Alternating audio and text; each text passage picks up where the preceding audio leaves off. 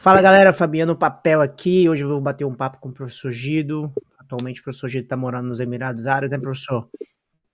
Isso, há E eu 11 lembro. anos.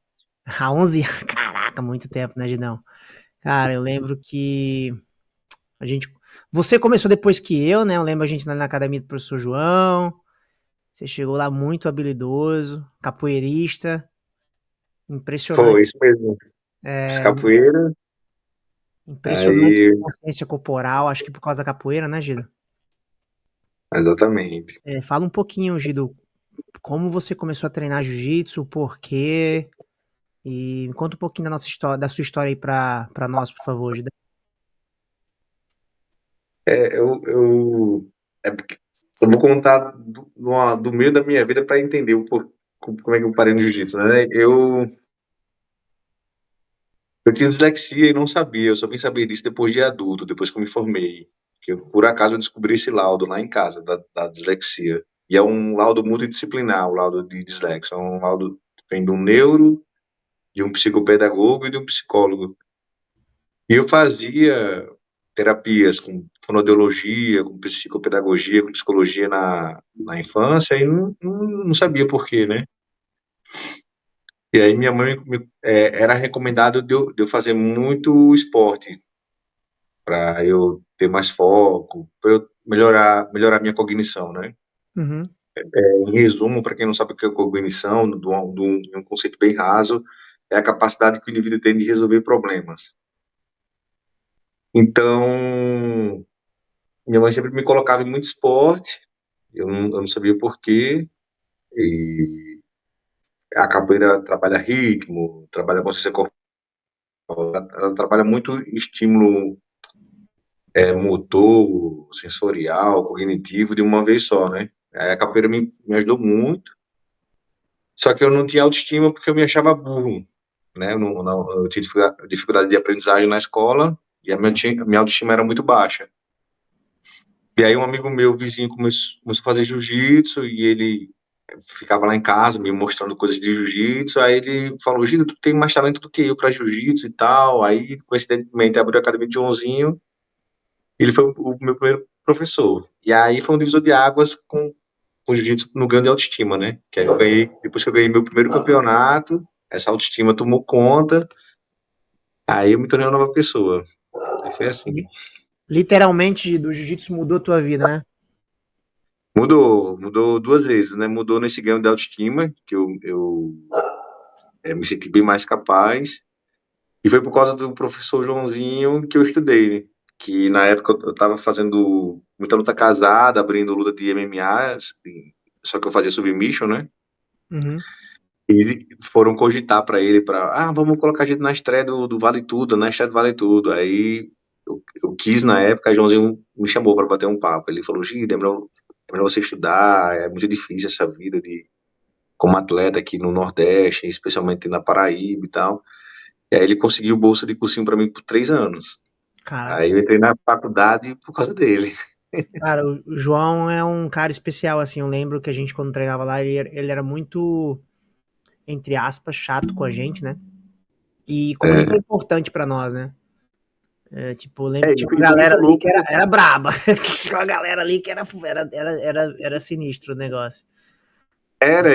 Assim, foi muito louco porque, assim, ele tava na época passando esse conflito. Ele tinha 28 anos, pra você ver como foi marcante pra mim. Até a idade eu lembro dele. Ele tinha 28 anos e ele tava nesse conflito em viver do jiu-jitsu e estudar também. Uhum. Aí ele tava fazendo um cursinho pra entrar em direito, ou já tava fazendo direito, algo assim.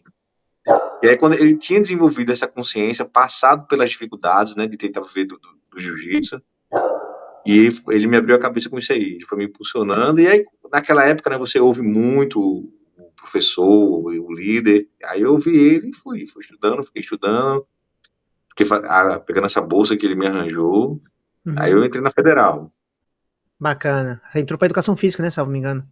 para educação física, foi isso mesmo. Aí você se formou em educação física, né, Gide? Eu sei que você fez mestrado e doutorado, salvo me engano, em Portugal. Não... Isso, eu fiz o mestrado em Ciências do Desporto e fiz o doutorado em Ciências do Desporto também. Aí terminei agora, tá bem fresco o doutorado. Caramba, que bacana, Gido. E eu lembro, eu sei que você fez um, não sei se por conta dessa sua experiência acadêmica, você fez um livro sobre jiu-jitsu para crianças. Como é que surgiu a ideia, primeiro, de trabalhar com o jiu-jitsu? Quando é que você estralou seu dedo? Pô, dá para ganhar dinheiro aqui com jiu-jitsu, que é uma coisa que eu amo. Que eu acho que eu nem trabalho, cara. Eu hoje dou aula, eu larguei uma boa vida no Brasil. Eu tinha meus Ah, negócios lá no Brasil bem estabilizados e estava bem para vir viver aqui nos Estados Unidos para viver do que eu realmente gosto. Então hoje eu nem falo que eu trabalho.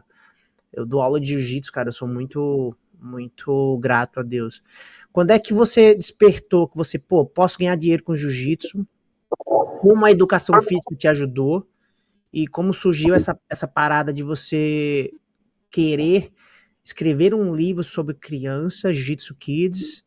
Me conta um pouco dessa sua transição e como tudo isso ocorreu, Gido, por favor. eu tava assim, quando eu fazia, durante o curso, né, universitário, as disciplinas que mais me chamavam a atenção eram as disciplinas de psicologia, da educação, avaliação da aprendizagem, filosofia do esporte, e não eram as disciplinas de fitness, de personal, não era esse lado. Era mais esse lado aí. E muita gente. Só que eu era um atleta mesmo. E eu vivia o mundo desportivo. Aí até os professores e colegas de trabalho ficavam surpresos assim, com essa minha tendência de ir para um lado mais social, mais educacional.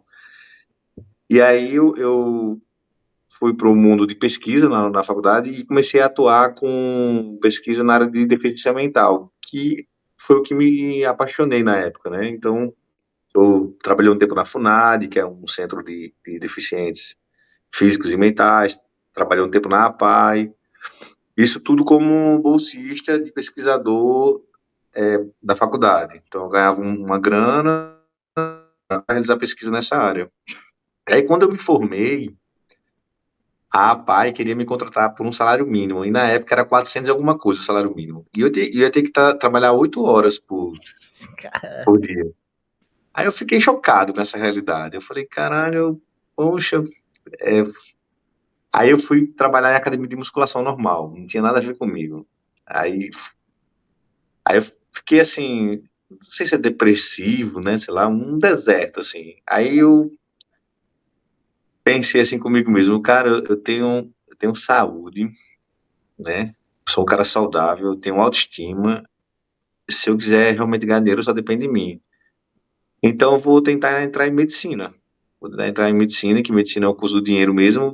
Vou escolher a área de psiquiatria, que eu vou poder atuar com essa área aí de deficiência mental. E pronto. Aí eu larguei tudo, fiquei 3 anos estudando, só indo para a biblioteca sozinho, estudando. Eu me lembro que uma hora o meu irmão falou assim, Gido, ele me acompanhava, né? Ele falou assim, Gido, a gente já tá 14 horas aqui na biblioteca, velho, estudando. Eu já tava num ritmo assim muito alto. Mas eu tinha botado em mente que em 5 anos é que eu ia entrar, que eu poderia entrar em medicina, que você vai aprendendo conteúdos, vai acumulando conhecimento, né? Então, um ano foi acumulando matemática, um ano foi acumulando química, um ano foi acumulando física. Você não consegue estudar tudo de uma vez, não. E eu estava sozinho, né? Eu pegava a primeira página do livro, estudando por mim mesmo. Eu acho melhor estar assim do que fazer cursinho. Uhum, Aí, no terceiro ano, já numa crise financeira enorme, cara, enorme, mas enorme mesmo, eu não tinha dinheiro pra nada, minha família passando por problemas pessoais. Bob foi chamado pra ir pros Emirados e ele me chamou pra ir junto com ele. Aí eu conversei com a mãe, falei, mãe, e aí, o que que a senhora acha? Eu preferia continuar estudando medicina. Ela fez, não, meu filho, vai pros Emirados, que a coisa tá muito preta aqui. Aí eu vim para os Emirados e ficava me perguntando, cara, 3 anos, velho, eu estudando, larguei tudo para estudar, com todo o conhecimento acumulado. Pra que que eu estudei tanto, então? Tipo assim, eu ficava em média 10 horas, né, 10 a 14 horas estudando numa biblioteca, e minha vida deu essa virada para cá, para os Emirados. Aí foi quando assim, me deu um estalo, né? Eu falei, cara, eu não posso deixar de estudar. Criou-se uma importância pessoal. uhum. É igual quando você estuda para concurso e vira um hábito, sabe? Aí apareceu essa oportunidade do mestrado em Portugal. Aí eu dei continuidade, essa oportunidade do mestrado, doutorado também, dei continuidade. E o livro ele surgiu da seguinte questão, né? Que o ambiente ele determina o seu comportamento, entendeu? Então, se você está num. A prova disso, né? Que o ambiente determina é aquela teoria lá de Darwin, que fala que tinha girafas com pescoço grande, girafas com pescoço pequeno, aí os pescoços pequenos não conseguia alcançar a árvore e morria, e só Uhum. ficava a espécie mais adaptável. Então, só fica no ambiente quem está adaptado àquele ambiente. E aí, o ambiente escolar, ele exige uma metodologia de ensino diferente. O ambiente comercial, por exemplo, e o que é lucro, ele exige outra metodologia. O ambiente de alto rendimento, ele exige outra metodologia. O ambiente infantil exige outra metodologia. O ambiente adulto, e assim vai. Então, eu tive essa leitura muito clara quando eu entrei na escola. Quando eu cheguei na escola, eu vi que não adiantava eu reproduzir o ensino de jiu-jitsu de academia, principalmente o da época que eu fui, que era uma época que se pagava muito pouco, era só aquela galera sangue no olho mesmo, que treinava. Assim, você foi dessa época, o pessoal se machucava, deslocava o ombro, o joelho, era uma coisa normal, a gente nem se emocionava, encostava do lado e o treino Rolando. continuava. Então, na escola, o que acontece? Você está lidando com o filho dos outros, né? E assim, o volume de aluno é muito grande, é 1.000 alunos, entendeu? É muita turma, 6A, 6B. E aí a escola, ela tem todo um cuidado mais específico com essas crianças, né? Os pais não entendem quando a criança se machuca, quer saber. Então, lidar com o filho do outro é uma responsabilidade muito grande. O ambiente escolar exige essa outra metodologia e eu tive que me adaptar a tudo isso. Fora isso, tem a diferença, né, de pessoas ali dentro, né? Tem pessoas gordas, magras, pessoas que aprendem mais rápido. Tem aluno que gosta de jiu-jitsu, mas naquela hora que a escola definiu o horário de jiu-jitsu, ela não quer fazer. Então, tem toda essa divergência para você ensinar o jiu-jitsu, fora a questão de ser obrigatório, que tem gente que quando algo é obrigatório, você também não quer fazer. Só para contextualizar a galera, né, Gido? O Gido trabalha num projeto nos Emirados Árabes, onde as escolas normais, elas têm uma matéria que é o jiu-jitsu, né, Gido? É E diferente é do. uma disciplina curricular obrigatória, é igual matemática, ciência, português, você tem que dar nota, você faz chamada, é uma disciplina curricular obrigatória. Só para as pessoas se contextualizarem que não é uma academia. A criança não tá indo lá porque ela quer. Ela é obrigada a treinar jiu-jitsu, que o jiu-jitsu foi incorporado na grade curricular da escola, né, Gido? Só para as pessoas. Exatamente. É como se no Brasil falasse assim, a partir de agora, uma matéria mesmo específica vai ser balé. Balé é bom para isso, para aquilo. E aí, vai ter pessoas que vão gostar de balé, mas vai ter criança que não vai gostar de balé, velho. Uhum. E ela vai ter que fazer o balé. E se você observar na escola, tanto a matemática, essas disciplinas, e também as práticas corporais, todas elas atuam no nível introdutório. A matemática que você vê na escola, ela é bem menos profunda do que na universidade. Na universidade ela é bem mais profunda, né? E aí esse é um dos pontos que o docente em jiu-jitsu se frustra, porque ele quer passar um jiu-jitsu de academia com profundidade e na escola ele tem que dar um jiu-jitsu introdutório, né? E você tem que atingir aquele número de alunos ali que quer, que não quer. Então eu percebi, quando eu conversava assim com os colegas de trabalho, eu percebi o seguinte: nessa aula eu dou brincadeira para chamar a atenção dos alunos, eu dou brincadeira. Aí uns davam brincadeira como moeda de troca, uns davam brincadeira para ter o controle. Enfim, enfim, o conteúdo da técnica é só um pedacinho do conjunto da aula, né? A aula, ela na escola, ela se mantém, ela se compõe em você conseguir dominar a turma, prevenir qualquer criança de algum acidente, ter o controle dela e promover o aprendizado, que é o maior objetivo da aula, é promover um aprendizado, né? Da, da lição do dia. Então, eu fui percebendo que a ludicidade, né, era um meio que promovia mais aprendizado. E aí eu falei assim, eu preciso provar isso de forma científica, já que eu sou um cara que veio da educação física, estou percebendo isso, e vejo que muitos professores se frustram e às vezes assim não compreendem isso, quer botar a culpa assim ou no aluno, ou no ambiente, mas não entende que ele precisa também mudar esse caminho. Aí eu comecei a fazer essa autorreflexão. Eu falei, pô,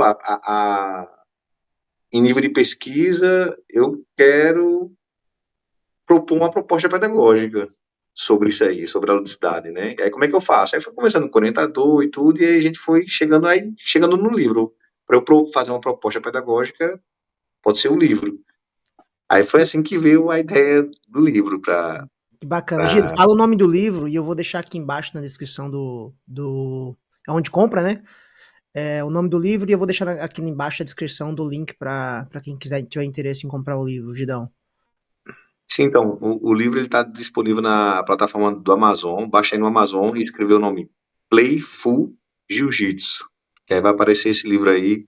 Eu te mando depois também direitinho pelo WhatsApp, aí tu coloca aí No na link, edição, no exatamente. link. E aí vai ter o livro. E aí o livro, ele tem toda uma explicação de muita coisa, né? Sobre o exercício que você ensinar no ambiente escolar, ensinar para criança. E tem uma sequência de atividades lúdicas que trabalha realmente o verdadeiro do jiu-jitsu. Não é a brincadeira para trabalhar assim aspectos dela andar ou lateralidade. Não, é para ela aprender uma lição de jiu-jitsu. Se a lição de jiu-jitsu hoje é montada, tem uma brincadeira para montada. Se a lição de jiu-jitsu hoje é guarda fechada, tem uma brincadeira para guarda fechada. A criança, ela vai aprender através da brincadeira aquele conteúdo de jiu-jitsu mesmo. E o que eu acho interessante de aplicar a brincadeira é para você ver, né, que assim, muita gente tem preconceito. E quando eu falo preconceito, é no sentido seguinte, é dela ser ignorante de de não perceber de como de conhecer com profundidade certo assunto. Então tem muita gente, tem muito professor que tem preconceito com brincadeira e pais também têm preconceito com brincadeira, não entende isso. Mas a brincadeira, cara, até para você avaliar a criança, ela é melhor, porque quando você avalia a criança, quando você utiliza a brincadeira como um momento de avaliação, a criança ela não sabe que está sendo avaliada. Segundo, ela fica espontânea, ela não fica com aquele medo de um momento de uma avaliação. Eu faço até uma crítica, assim, porque, por exemplo, no judô tem esse momento da avaliação. Eu fiz judô e eu fiz avaliação. A criança fica tensa, você lê uma apostila, você vai ficando ali tensa.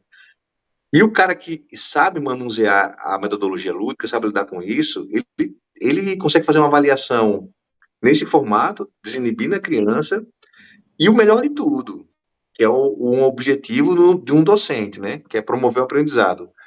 Com o método lúdico, você pode promover o aprendizado no momento da avaliação. Naquele momento que você colocou um game, uma brincadeira, mas é uma brincadeira direcionada, né? Que está trabalhando aquele conteúdo lá de jiu-jitsu. Uhum.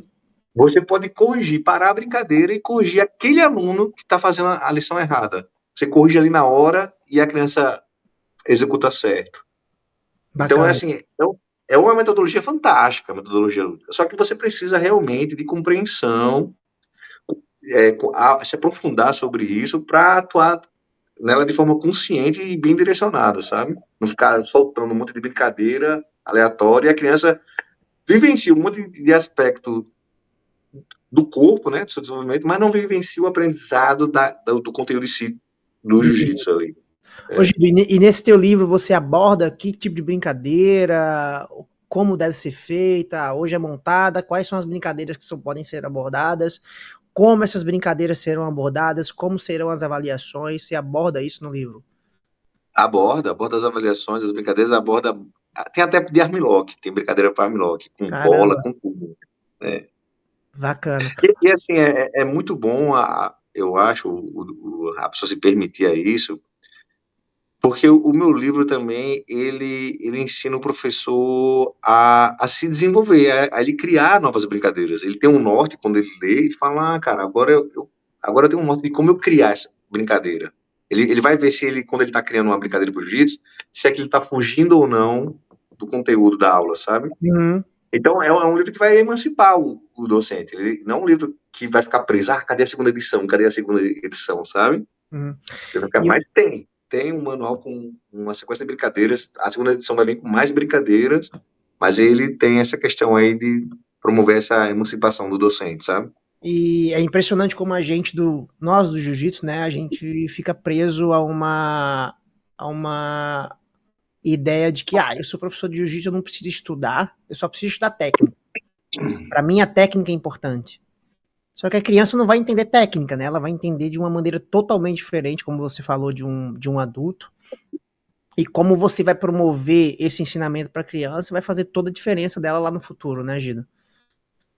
Que, É, e assim, é porque o pessoal que vem do jiu-jitsu, né, ele vem pegando, assim, muita troca de faixa de uma forma muito qualitativa, né, que é aquele professor que vai acompanhando o aluno dia a dia, e aí de forma qualitativa ele vai vendo, observando se o aluno amadureceu o nível dele, mas ele fica sempre comparando se ele já está duro, se ele já está duro, se ele já está duro. E vocês são um cara assim duro ou vamos dizer assim, um cara pau, é mais um interesse particular seu. Mas se você quer saber se a pessoa sabe jiu-jitsu, por exemplo, tem outras formas de investigar isso. Se eu mostro uma foto de uma guarda fechada e pergunto para um aluno o que é isso, e ele responde, isso é guarda fechada. Ele está demonstrando que ele sabe o que é guarda fechada. Se eu pergunto para ele assim, faz uma guarda fechada e mostra para mim, aí ele pega e faz uma guarda fechada e mostra para mim. Ele também está demonstrando que sabe o que é guarda fechada. Agora, se ele pega e faz uma guarda fechada e raspa todo mundo, e faz isso no campeonato e ganha as lutas, é uma questão que vai para uma área da prática corporal de competição. Aí é outro formato.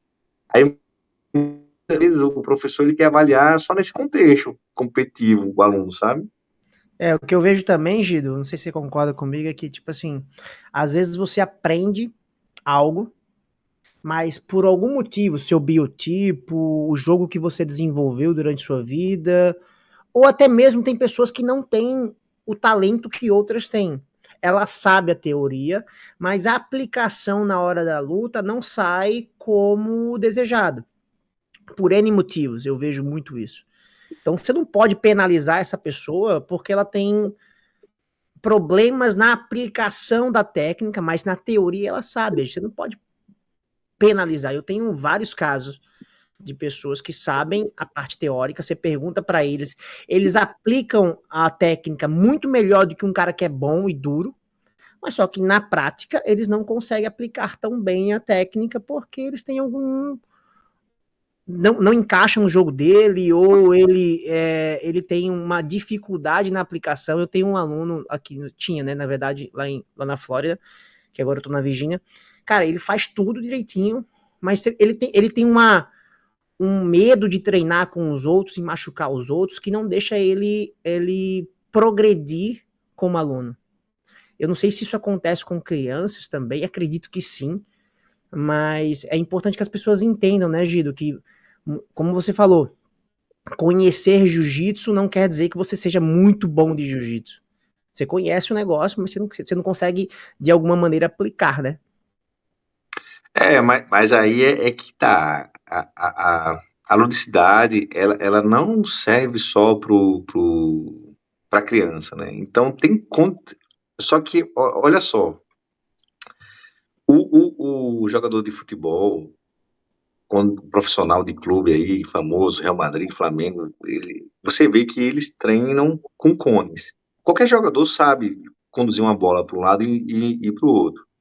Quando ele coloca um cone, é porque o cone ajuda a materializar o que está na mente, o que está na imaginação, o que está de subjetivo. Uhum. Ali, o cone simboliza, sei lá, um jogador adversário. O cone materializa um norte para ele. E o cone, para esse cara adulto, está sendo chamado de material. Para a criança, tá sendo chamado de brinquedo. O brinquedo tem essa função, de materializar o que está na imaginação da criança.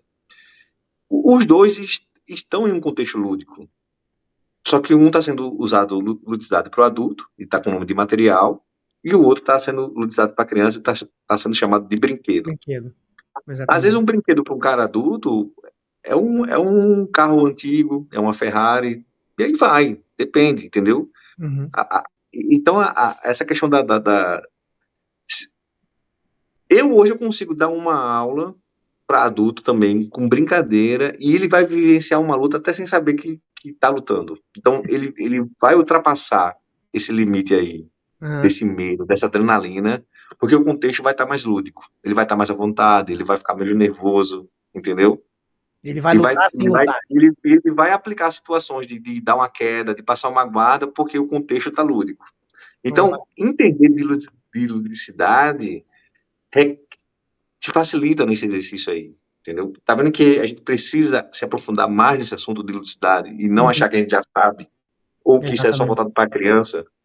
O jogador de futebol profissional usa isso, usa o brinquedo, só que dá um outro nome, que é o cone, entendeu? Então, se no futebol profissional tem o uso do brinquedo e tem ludicidade, imagina, imagina a gente tá lidando com esse público diverso aí.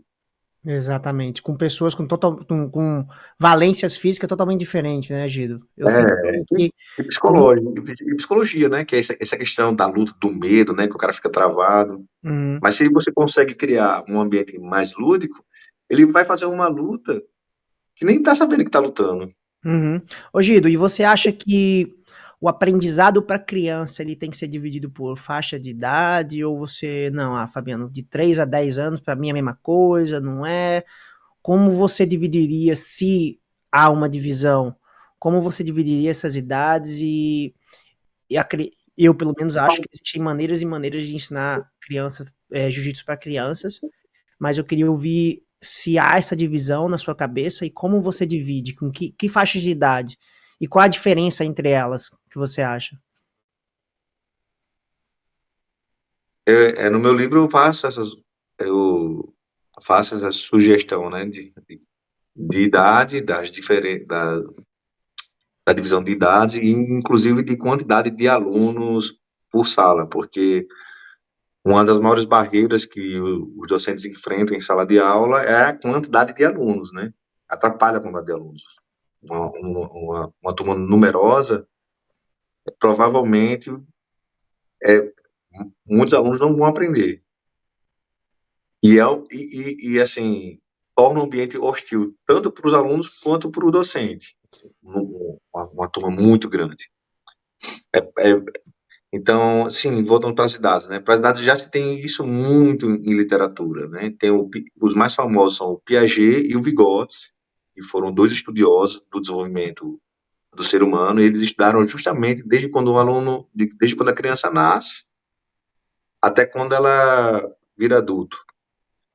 E eles fazem essa categoria de divisão, e eu me embasei nessa categoria para criar as brincadeiras. Por exemplo, quando eu tenho esse tipo de conversa, quem é pai e mãe entende muito mais fácil, porque eles acompanharam essas fases. Hum, De 0 a 2 anos, o bebê, esse indivíduo, né, de 0 a 2 anos, ele está numa fase só de sensorial, é só de sentir. Então, você vai ver o seu filho descobrindo a mão, aí tudo que ele pega ele bota na boca. O aprendizado dele é por sentir, por toque, aí depois ele vai ver cores. Então, como é que poderia ser uma aula de jiu-jitsu de 0 a 2 anos? Nessa idade, só em ele colocar um kimono, já está sendo um aprendizado de jiu-jitsu. É uma roupa que pode ser incômoda para ele ou não. Aí tem que ter texturas de tatame diferente, um tatame mais áspero, menos áspero, um monte de faixa branca colorida na parede para ele entender de cor. Ele tem as aulas, tem que colocar ele em cima de toalhas ou até de kimonos mesmo e deslizar com ele, colocar ele em cima de bolas ou de objetos que trabalha ele ser na horizontal ou na vertical. É o que de 0 a 2 anos está sendo impulsionado a desenvolver na sua fase pessoal, né? Orgânica também, hum, biológica, biopsicossocial seria o termo correto. Ele não tem como aprender mais do que isso de 0 a 2 anos. Aí de 2 a 4, acho que é de 2 a 4 é de 2 a 7, de 2 a 4. Ele entra na fase mais da imaginação. E é real isso aí, sabe? Ele, assim, o que você fala para ele, se você falar assim que uma caixa ou uma cadeira voa, ele acredita que essa cadeira voa. Então, as aulas para essas idades aí é você criar historinhas, mas tem que ser com coisas que ele já viu. O aprendizado da gente é muito baseado em coisas que a gente já viu previamente. Então, por exemplo, assim, ela passou a criança a vida toda vendo um desenho animado do Pintinho Amarelinho que ensina a contar.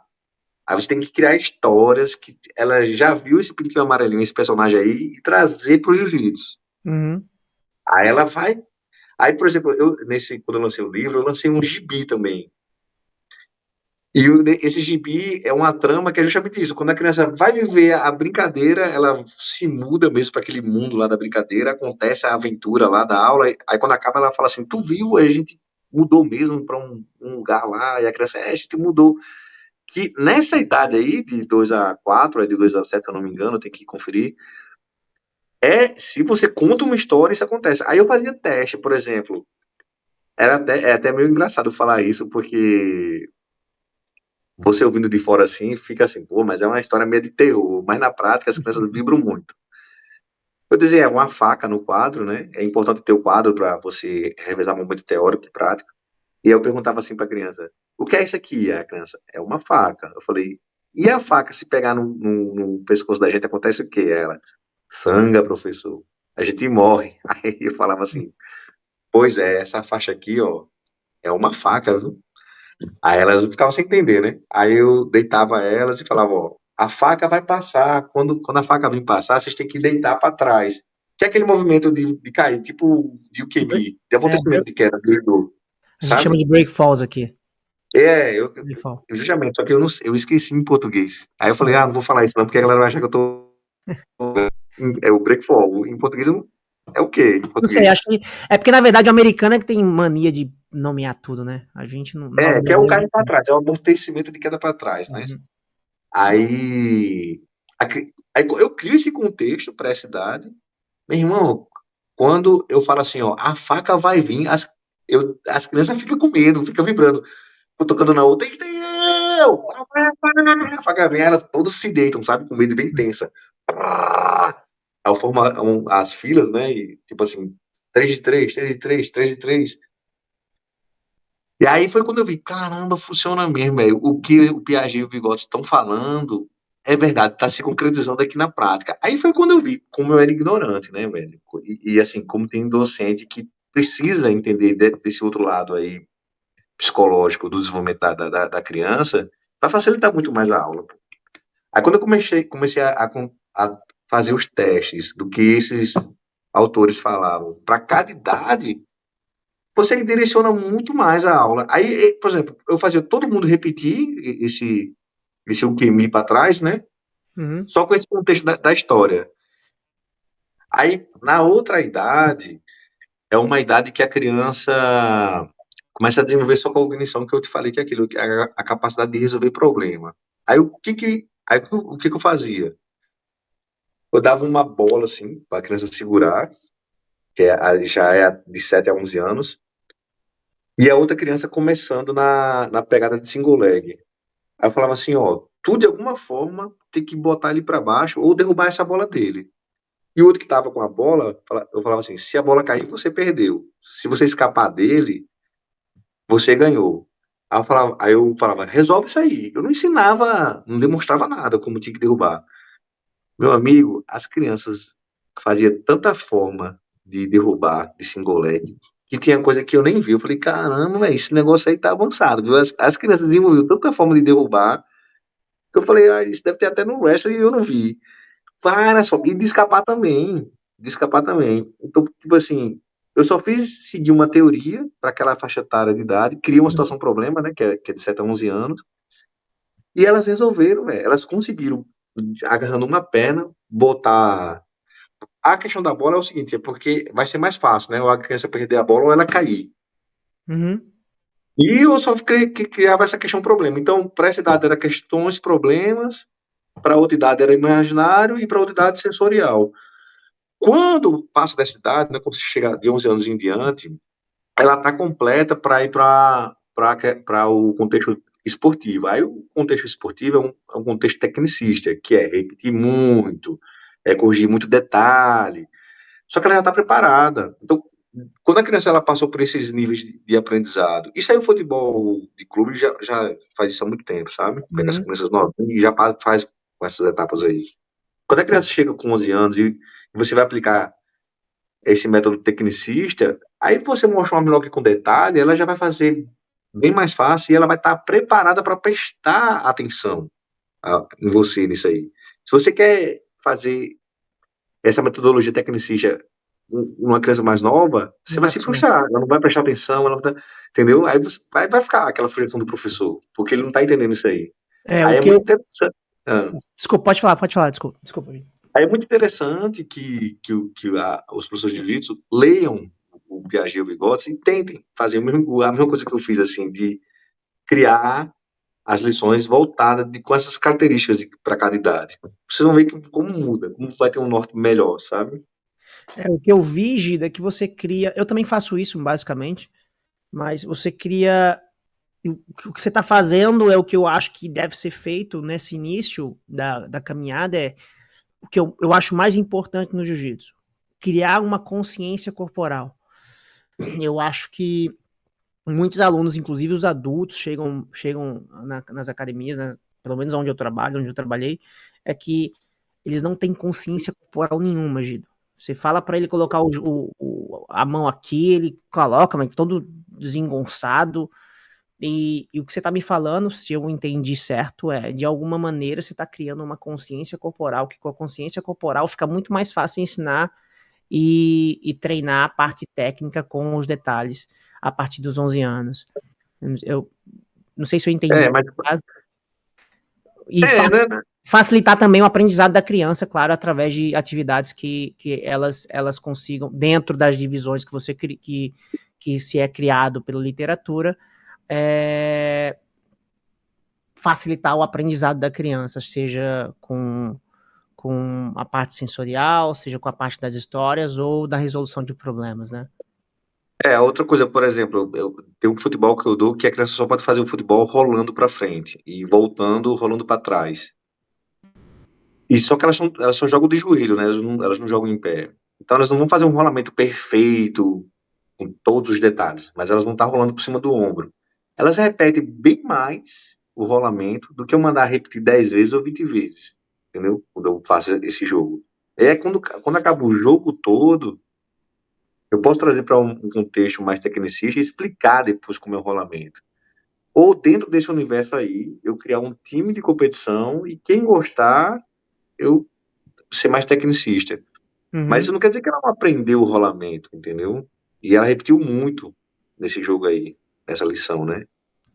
O lance todo é que, né, a criança, como ela está em desenvolvimento,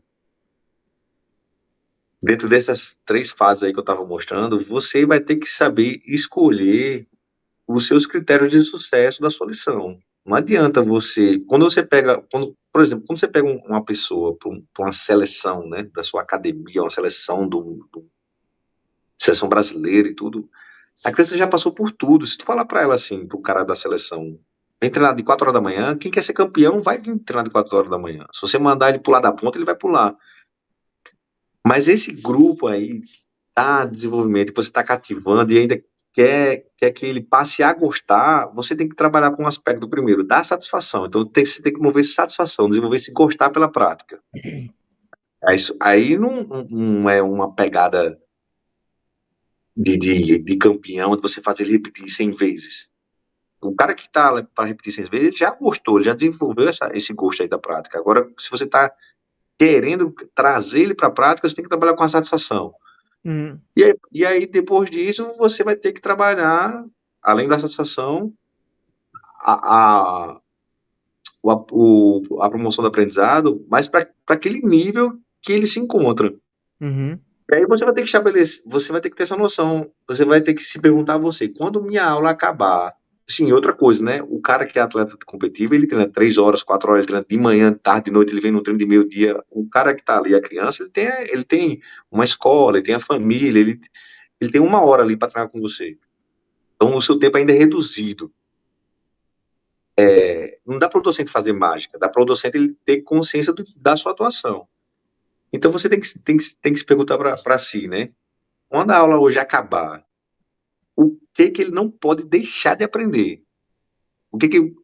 Qual é o detalhe máximo? Por exemplo, se minha aula hoje é de double leg, hoje eu quero que ele aprenda só a agarrar duas pernas. Então, pouco me importa se ele vai agarrar de joelho no chão, com a cabeça fora ou com a cabeça dentro. Se ele aprendeu a agarrar duas pernas hoje, esse é o meu maior critério de sucesso da lição do double leg.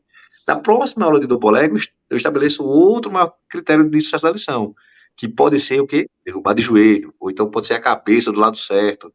Aí você vai trabalhando esses critérios. Aí a aula fica muito mais direcionada, porque se eu estabeleço que o meu maior critério de sucesso é agarrar duas pernas, eu faço aquecimento com isso, mais alunos vai conseguir aprender a agarrar duas pernas. Agora, se eu mostro um double leg completão, com aquela passada de Wesley, agarrando as duas pernas, a cabeça do lado e tudo, vai só alunos que têm mais desenvoltura que vai pegar.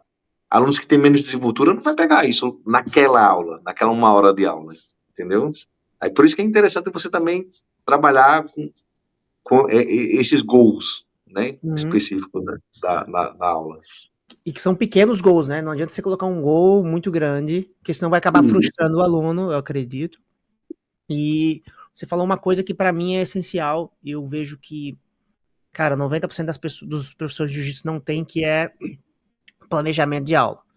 Sem um mínimo planejamento, você não consegue criar esse tipo de. Você não consegue implementar esse tipo de metodologia, né, Gido?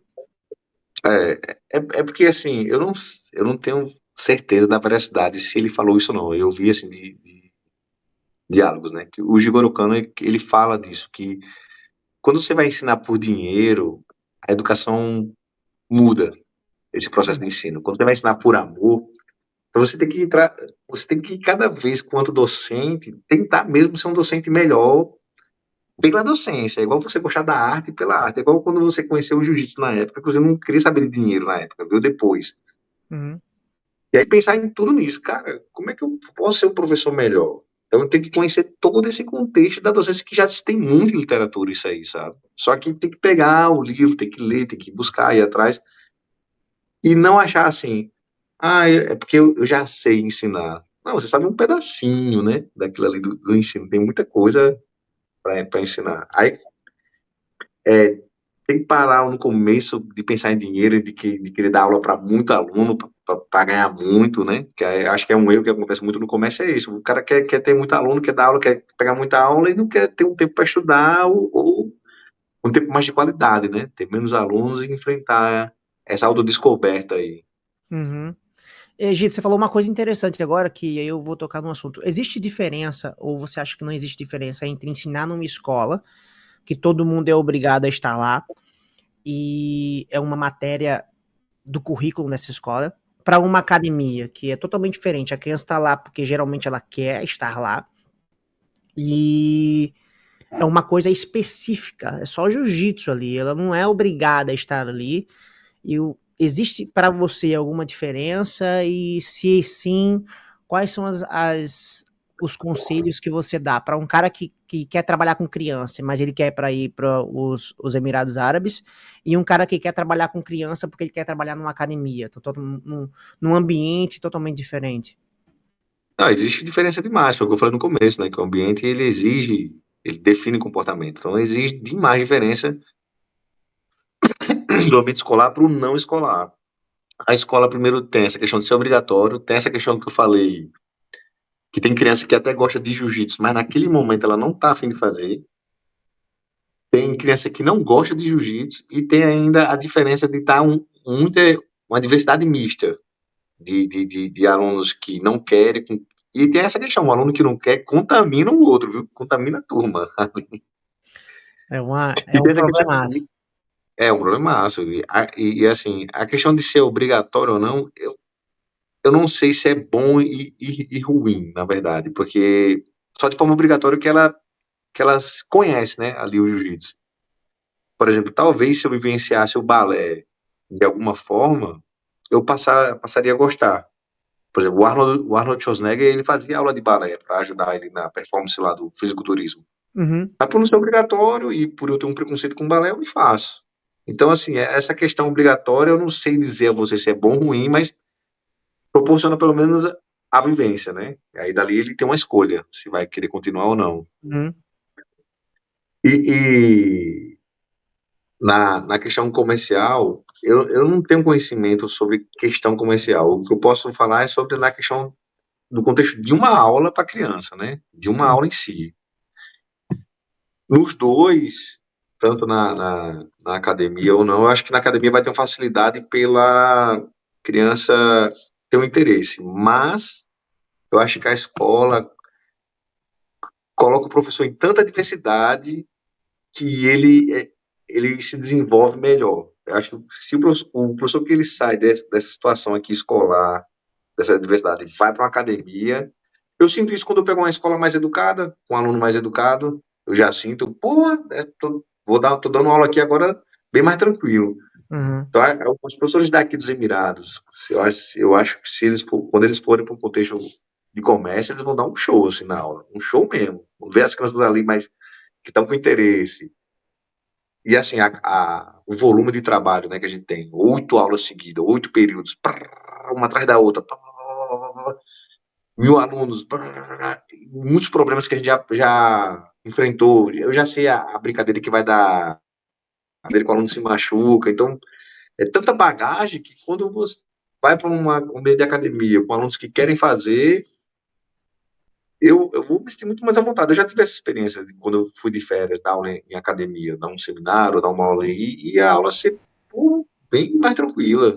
Eu já bem conduzir a aula bem mais fácil do que na escola, né? A escola toda hora eu tô com uma adversidade. Não que na academia não tenha adversidade, mas assim, a gente sabe aquela história das 10.000 horas de voo, ou 10.000 Uhum, horas que você fica expert em alguma coisa? A uhum. escola proporciona essa daí, que é de segunda a sexta, 8 horas por dia, filho. Uma aula atrás da outra. Tá, tá, tá, tá, tá. E eu vou te falar Aí pela eu, minha experiência, uma hora de aula com criança suga tua energia de um jeito que é brabo. Se você for professor, professor, né? Se você for professor, aquele professor que tá nem aí pro negócio, não vai te sugar nada, nenhuma aula. Mas se você é professor mesmo, você tá preocupado com todo o ambiente ali da aula, que não é só ensinar ou deixar de ensinar. Amigo, Gidão, eu sofro aqui, cara. As crianças. não suga, você fica sem voz, Aham. pô. Não, é assim, e foi o que eu falei no começo, você tá cuidando de filho dos outros, então é uma responsabilidade muito. Eu falo isso no meu livro também, dessa responsabilidade. Por isso que, por exemplo, eu perguntava, né, eu fiz uma entrevista do discurso na minha pesquisa, e eu perguntava quais são as barreiras que você enfrenta para ensinar jiu-jitsu no ambiente escolar. E uma das barreiras que sempre coincidia era o número de alunos alto. Então é uma barreira para o professor, sabe? E o pai, muitas vezes ele não tem conhecimento. Então, o pai que está pagando numa academia, ele não sabe que quando tem um número de alunos muito grande ali, está prejudicando. E pode ser o filho dele prejudicado, né? Então, pensando realmente na qualidade da aprendizagem, tem que ser um número de alunos reduzido, principalmente para cada idade, entendeu? Qual o número que você aconselha, Gido, para a idade entre 4 e 7 anos e 7 a 11 anos? Vamos trabalhar com os dois aspectos que são os mais realistas para o jiu-jitsu. Muito difícil ter criança até 2 anos treinando jiu-jitsu, né? Então vamos daquele de 3 a 7, de 7 aos 11 anos. Qual o número máximo de alunos? Se a cada X alunos é importante ter um coach, não ter um coach, para o pessoal que está querendo começar a trabalhar com jiu-jitsu agora para criança. Eu quero ter uma academia, eu quero É abrir de uma 4, turma. de 4 a 7, no máximo 15 alunos, mas um cenário ideal mesmo, 10 alunos. Mas para um Seria. professor só, ou já seria importante ter um coach, pelo menos? Não, Ter uma não, pessoa, tem um que ter, ajudante. tem que ter dois. Para criança, na minha opinião, tem que ser dois, porque você vai pegar uma criancinha desse tamanho e ficar mostrando posição nela, eu não acho legal, Uhum. sabe? Para mim teriam que ser dois. É muito melhor a criança ver dois adultos ali demonstrando do que você pegar uma criancinha. E a criança, velho, ela tem um desenvolvimento sexual muito nova. Não é depois que a criança desenvolve, não. Então, ela se apaixona pelo professor ou pela professora, essa questão sensorial também, de libido, tá tudo ligado. E até para o professor se proteger, porque depois a criança fica criando coisa na cabeça, aí escreve, ou fala para os pais, entendeu? Eu noto quando uma criança olha para mim diferente. Eu noto, sabe? Uhum, A experiência que eu tenho. Então, até ou eu não mostro no aluno, de jeito nenhum, eu sozinho, eu vou ter que desenvolver, eu mostro um vídeo, eu mostro uma foto de como é, mas eu evito toda hora tocar no aluno. Não fico também com uma criança só e eu numa sala, tem que ser umas 3 crianças, 4. Tudo isso aí são situações que nunca acontecem com a gente, mas quando acontece, cara, é um problemão. um problema. É porque você ainda não tem filho. Depois que eu tive filho, foi que eu fiz. Caramba, eu já fui muito protegido por Deus no meu exercício da docência, velho. Porque agora que eu sou pai, nossa senhora, se um filho meu chega falando isso ou aquilo, ou aquela outra, ou então se um pai grita, né? Se um professor grita, que eu já aconteceu de eu gritar com o aluno, de ser hostil, né? Perder a cabeça. Uhum, Isso o pai nem entende, pô. Se um professor grita com o aluno. Então, uhum, é aquilo que você falou, né? Que quando o professor dá aula para criança, suga muito o professor, tem dia que o cara não está num bom dia, tem dia que tem um aluno que é hiperativo, está contaminando a turma, e você não pode ser hostil, você tem que ter o controle. Então, o número de alunos já pesa muito, né, nessa questão aí. Só uhum, que a vida real é outra, né? Então, tipo assim, no comércio, seu chefe quer lucro, aqui eu tenho um chefe, e a gente vai trabalhar com essa adversidade de ter números grandes, de alunos se machucar, da atenção não ser toda. Não sei também dessa questão de ser 2 alunos, de ser 2 professores aqui, a gente dá aula. Então, isso muda muito, uhum, já facilita muito, tanto para ensinar a lição, como essa questão toda de relação de professor e criança, né? uhum. Mas aí as academias têm que ter uma consciência muito grande para colocar, pagar dois e tudo, né? Tá, mas Mas eu estou digamos evitando que para uma academia, vamos pensar no comércio agora. Para o comércio, eu sim, não posso limitar tanto o número de alunos. Então, isso. você aconselha, vamos lá, quantos adultos, um adulto para quantas crianças? Ah, um adulto tem condições de, criar, de cuidar de até 6 crianças, até 8 crianças, até Não, dez até que, crianças. cara, é porque, é porque é É foda falar relativo, eu sei assim. que é relativo, mas vamos. Não, não é questão de ser relativo, não. É questão assim, entra num assunto que eu evito entrar, que é em política, pô. É em comércio, esse ensino de mercado voltado para o lucro, vai exigir muito aluno, pô. Mas vai Uhum, prejudicar o ensino. Não tem como. Não tem como. Vai prejudicar o ensino. entendi. Mas é o ensino, é o capitalismo, é o ensino de mercado. Uhum, Então, se, se eu vou ficar sugerindo aqui, aí olha só, em certas leis, para você fazer uma trip, sair com as crianças em excursão, tem que ser um professor para 15 alunos. Em certas leis aí, ou no Brasil, aqui, mas aí para estar dentro de sala de aula já pode ser 30, né? 1 para 30. Então, por que para fazer essa excursão, para o cara ser responsável, tem que ser 15 e para a sala de aula, para você promover, mediar o conhecimento, pode ser 30? Então tem algo estranho, né? uhum. Talvez o ambiente seja diferente, né? Não, não acho que é o ambiente. Se você fizer uma trip com o aluno, realmente o aluno ele pode se perder e dar um problema grande, né? Uhum, Então, se fez um estudo e se concluiu que era até 15. entendi. Mas aí na sala de aula, para você mediar o conhecimento, por que não é 15? É 30. E ainda Uhum, se aumenta mais, né? Tem escolas que tem 40, tem academias que tem mais. entendi, No entendi. meu livro eu faço as sugestões, eu sugiro que é até 15, e se tiver mais do que 15, tem que ser 2 professores. Pra, Entendi.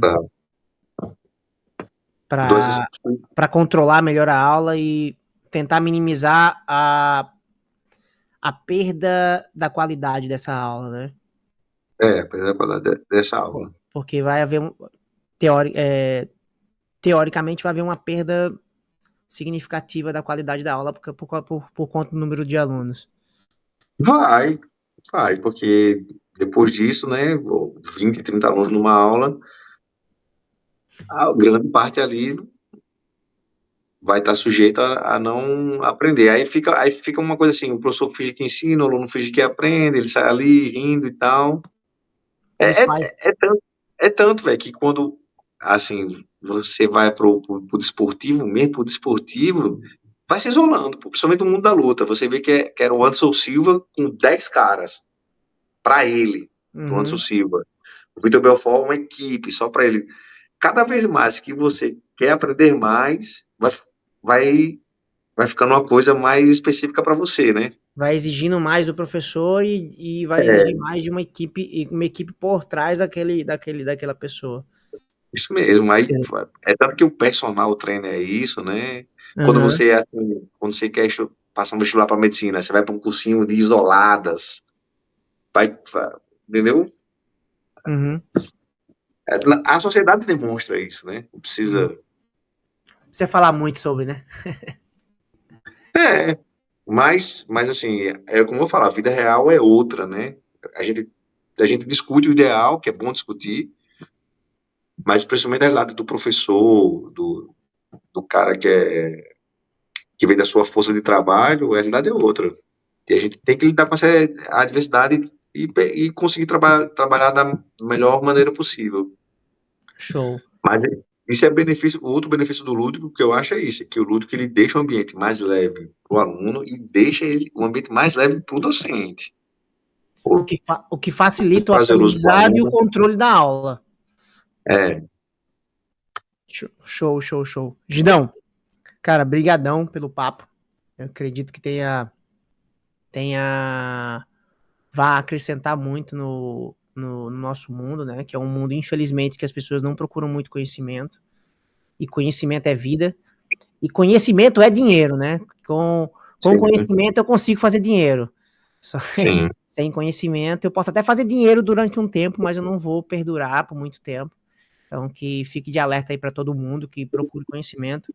Gidão, de vez em quando eu converso com ele sobre isso, que é uma coisa que eu quero. Eu não tinha experiência em dar aula para criança, sempre dei aula para adulto e vim começar a dar aula para criança aqui. Leio algumas coisas e estou tentando desenvolver uma metodologia. Inclusive, eu mandei a metodologia da brincadeira, da historinha, para o Gido, Eu né? vi lá. Eu faço a história da brincadeira do caçador contra o urso. Tem funcionado, mas você me deu boas ideias aí para eu começar a aplicar também.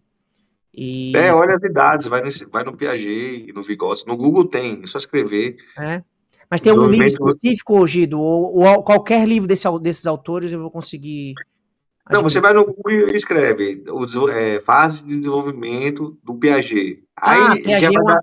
Ah, ok. Não é um autor, né? É É um autor, Piaget é um autor. Piaget é um autor.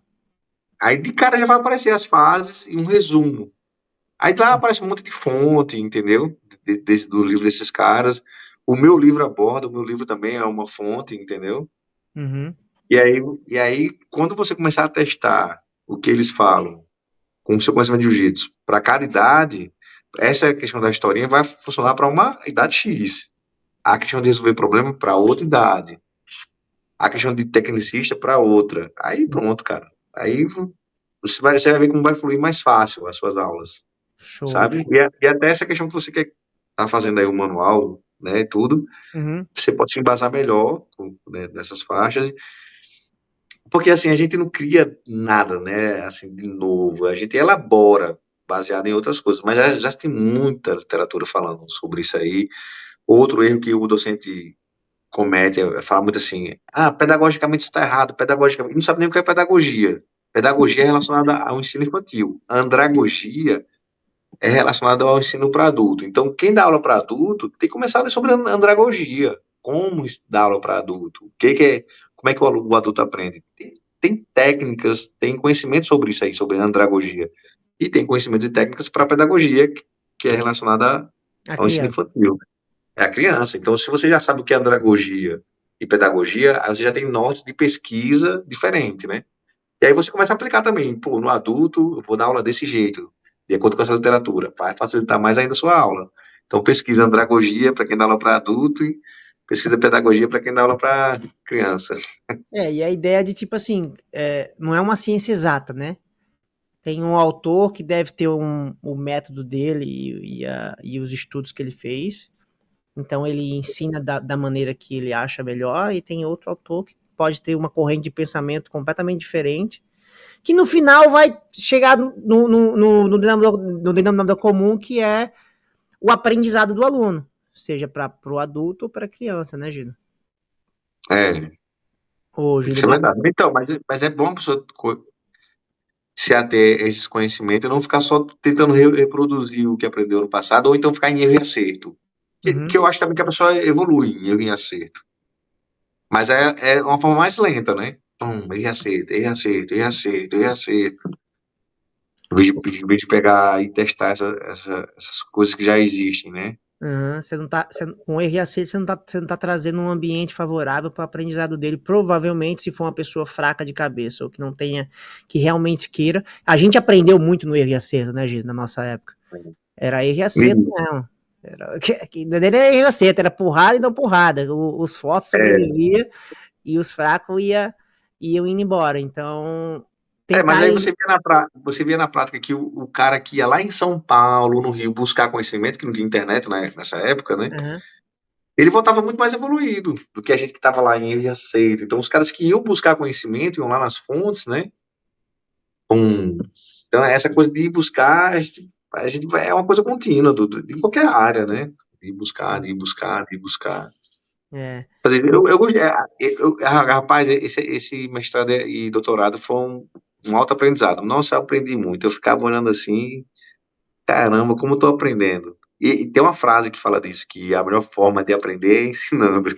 Foi Uhum. nessa pegada aí. E eu acho que conhecimento também é uma coisa que, tipo assim, quanto mais se aprende, mais galhos dessa sua árvore do conhecimento vão se abrindo e você vê que não sabe nada. Então, você aprendeu uma coisa hoje, dessa coisa nova que você aprendeu, tem outras mais 30 para você aprender, e daqui a pouco você vai aprender uma dessas 30, tem mais 30. É uma coisa que não tem fim, né? É uma coisa que não tem fim. E assim, voltando, né? Eu tô falando sobre essa questão de você dar uma aula. Agora, que questão mercadológica de ganhar dinheiro, eu também tenho muito que ir atrás, Uhum, sabe? Eu- e tem técnicas, né, de você ganhar dinheiro, de você conduzir uma academia e tudo. Então, eu não sei, eu sou muito cru nisso aí. uhum, Eu tenho um conhecimento dessa questão de ensinar, né, do ensino. Mas de ganhar dinheiro, tem todo um formato também, que eu sou carente disso. E eu tô pensando muito agora sobre isso aí também, em me adentrar mais nisso aí, tal, vou começar a procurar fontes. Eu não tenho nem norte nem qual fonte eu vou para atuar nessa questão mais mercadológica. uhum. Mas tem muito já, né, sobre isso. Aí a Tem, gente tem que tem. pesquisar. Tem, eu acho que há uma forma de você atuar de ganhar dinheiro também. Assim, uma forma consciente, né, de conhecimento. De conhecimento. Pô, Gidão, valeu, brigadão. Deixa uma mensagem aí final para todo mundo aí. E mais uma vez, fala do teu livro, deixa bem claro para as pessoas sobre o livro e o que, que elas vão encontrar no livro. Mais uma vez, só para dar uma relembrada. E mais uma vez, eu vou lembrar vocês aqui que eu vou deixar no link aqui da descrição e no primeiro comentário fixado o livro do professor Gido para você comprar. Não, a mensagem que eu tenho a dizer é o seguinte, que não, também não é minha, né, do autor do livro, do Anthony Robbins, que ele fala o seguinte, que em algum momento da sua vida, todos nós vamos ser testados ao limite. Nós vamos passar por esse teste que a gente é testado ao limite. Então não é só a gente que está sendo, não é só você que está nesse momento sendo testado. Então a mensagem que eu dizer é que não desanime, não desanimar. Quando chegar nesse momento que você está sendo testado ao limite, não desanime e quando você pensar, né, em fazer algo para sair dessa situação, é você pensar na virtude, né? Se por isso que eu vou fazer é virtuoso ou não. E aí, é virtuoso. Então eu vou dar continuidade nessa caminhada. Uhum. E aí eu viro um norte, né, para você. Se você refazer essa auto-reflexão. Isso é virtuoso ou não é virtuoso? Essa é a mensagem. O livro se chama Playful Jiu-Jitsu, tá no Amazon e vai estar aí na descrição porque eu vou mandar para você como se escreve direitinho. Valeu, Gidão. Cara, brigadão, foi bom bater esse papo com você. E vamos marcar outro pra gente lembrar aquelas histórias. Vamos marcar um papo eu, você, Davizinho, o professor João, pra relembrar aquelas histórias lá do Pingo, relembrar aquela história Sim, do, vamos. É, relembrar aquelas histórias do passado, né? A Copa vamos. Impacto ali foi Impacto, é. um divisor de água na vida de muita gente. O professor João foi uma pessoa que com certeza marcou a nossa vida. Marcou E demais, né? Todos os professores que eu passei, sabe, da capoeira, do jiu-jitsu, eu tive mais de um professor, marcou, assim, é, todo mundo que se envolveu comigo me impulsionou para alguma coisa, né? Primeiro foi o Josinho, depois foi o Walter Cascão, depois foi o Boca, aí agora eu tô com o Bob. Todos me deram muitas mudanças de vida. aham, E assim, o, a- o docente, né, ele tem esse papel de emancipar o aluno, de você ser autônomo na vida e seguir. Aí no jiu-jitsu tem essa questão, né, desse ciúme, dessa coisa. Aí depois a gente fica maduro, a gente vê que é uma besteira, né? exatamente. Porque se eu sou uma pessoa grata, eu vou sempre lembrar de você. É, Independente se você tá sob as minhas asas ou não. Então, tipo assim, é, eu sempre que posso falo o nome do Sucata, falo o nome do Bob, que foram os nossos dois principais professores, mas sem esquecer também o Walter, sem esquecer também o João, que foram pessoas, porra, é. primordiais nas nossas vidas, né? Na minha vida ali, como professor e atleta de jiu-jitsu, e também como homem, né? Porque eles me ensinaram muita coisa. O docente é fogo, né? Porque ele planta muita coisa e, assim, às vezes não ganha esse reconhecimento, né? Aí Uhum. só a gente, quando vira professor, que a gente vai percebendo mais isso, né? Quanto eles fizeram bem pra nossa vida, né? É, E em momentos da vida a gente não deu valor a eles. exatamente, é. É complicado. Gidão, mais uma vez, irmão, brigadão, tá? Tá bom. Força! Valeu.